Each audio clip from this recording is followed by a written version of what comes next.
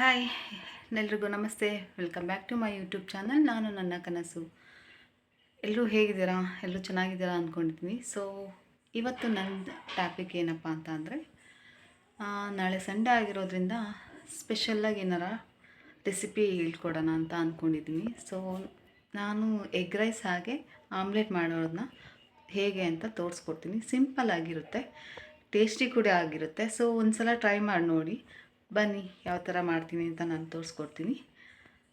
Please subscribe ಮಾಡಿ, ಹಾಗೆ share ಮಾಡಿ, ಕಮೆಂಟ್ ಮಾಡಿ, ಲೈಕ್ ಮಾಡೋದನ್ನ ಮರಿಬೇಡಿ. ನಿಮ್ಮ ಸಪೋರ್ಟ್ ನನಗೆ ತುಂಬ ಮುಖ್ಯ, ಪ್ಲೀಸ್. ಸೊ ಬನ್ನಿ ಸ್ಟಾರ್ಟ್ ಮಾಡೋಣ. ಯಾವ ಥರ ಅಂತ ಹೇಳ್ಕೊಡ್ತೀನಿ. ಇದು ನಮ್ಮ ಅಡುಗೆ ಮನೆ, ಅಂದರೆ ಈಗ ಇದು ನನ್ನ ಅಮ್ಮ ಮನೇಲಿರೋದ್ರಿಂದ ಅಮ್ಮರ ಮನೆ ಅಡುಗೆ ಮನೆ ಇದು. ಸೊ ಈಗ ಫಸ್ಟು ನಾನು ಎಗ್ ರೈಸ್ ಮಾಡೋದು ಯಾವ ರೀತಿ ಅಂತ ಹೇಳ್ಕೊಡ್ತೀನಿ. ಸೊ ಬನ್ನಿ ನೋಡೋಣ. ಮೊದಲಿಗೆ ನಾವು 3-4 ಈರುಳ್ಳಿನ ತೊಗೋಬೇಕು.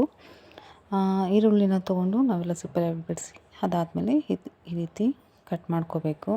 ನಿಮಗೆ ಯಾವ ರೀತಿ ಬೇಕೋ, ಕಂಫರ್ಟಬಲ್ ಇರುತ್ತೋ ಆ ರೀತಿನ ಕಟ್ ಮಾಡ್ಕೊಳ್ಳಿ.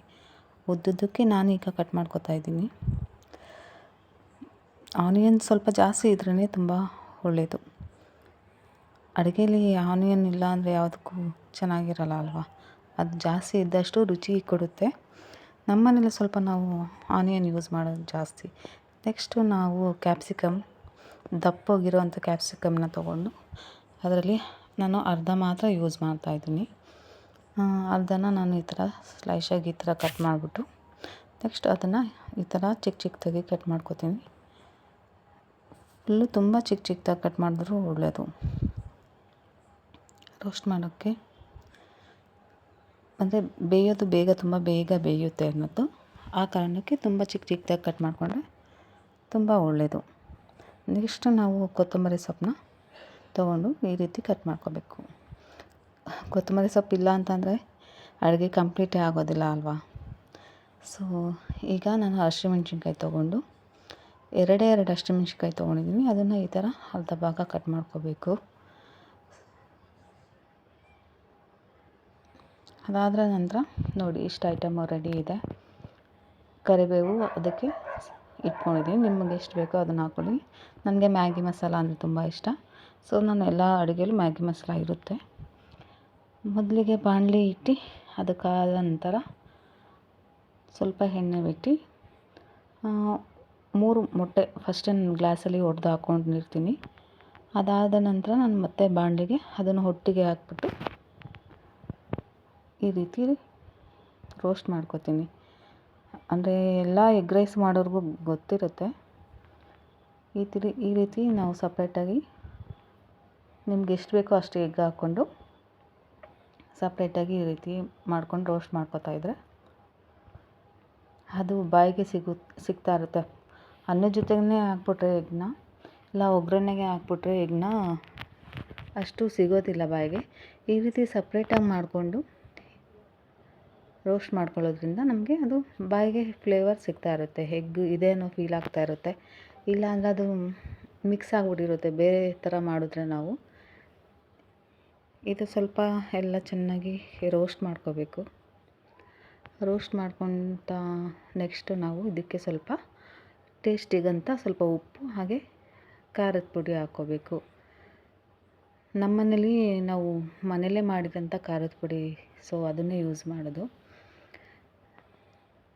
ಅದನ್ನು ಹಾಕಿ ಎರಡೂ ಚೆನ್ನಾಗಿ ಮಿಕ್ಸ್ ಮಾಡಬೇಕು. ಅದು ಅಂದರೆ ಸಣ್ಣ ಉರಿಲಿ ನಾವು ಮಿಕ್ಸ್ ಮಾಡ್ಕೋಬೇಕು.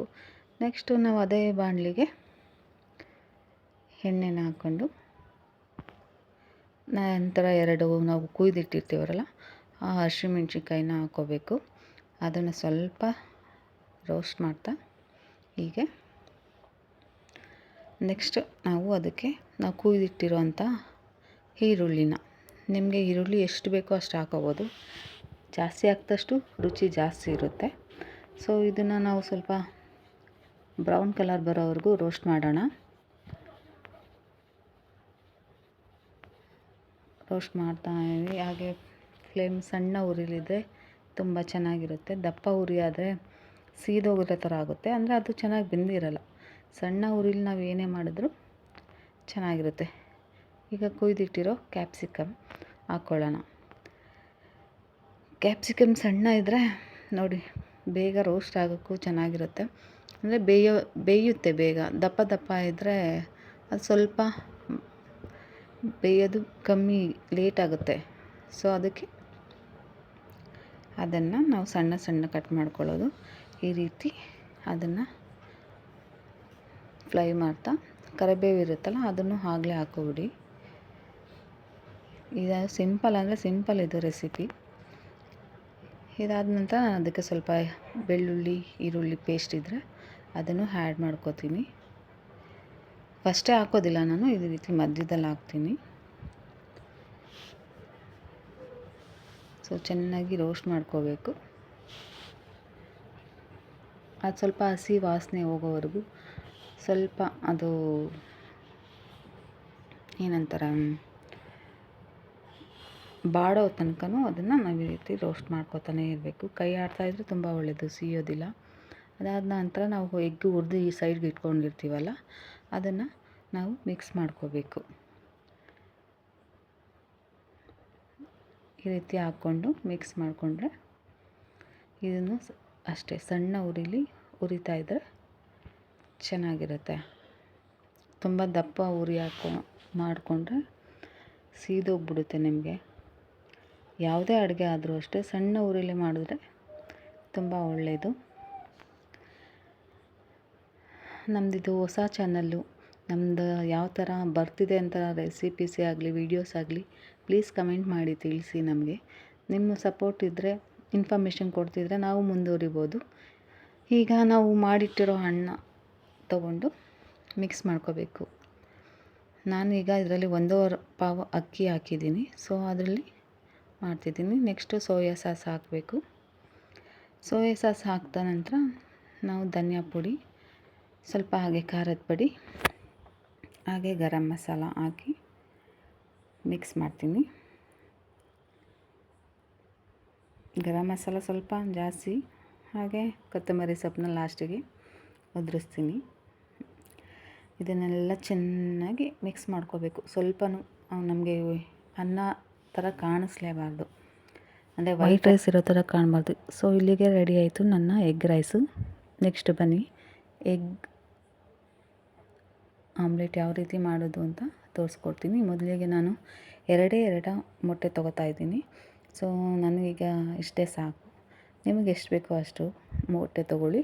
ನಾನು ಸ್ವಲ್ಪ ಉಪ್ಪು ಹಾಗೆ ಖಾರದ ಪುಡಿ, ಅಂದರೆ ನಮ್ಮ ಮನೇಲೆ ಮಾಡಿರೋವಂಥ ಖಾರದ ಪುಡಿನ ನಾನು ಚೆನ್ನಾಗಿ ಈ ರೀತಿ ಮಿಕ್ಸ್ ಮಾಡ್ಕೋತೀನಿ. ಮಿಕ್ಸ್ ಚೆನ್ನಾಗಿ ಆದಷ್ಟು ಒಳ್ಳೆಯದು.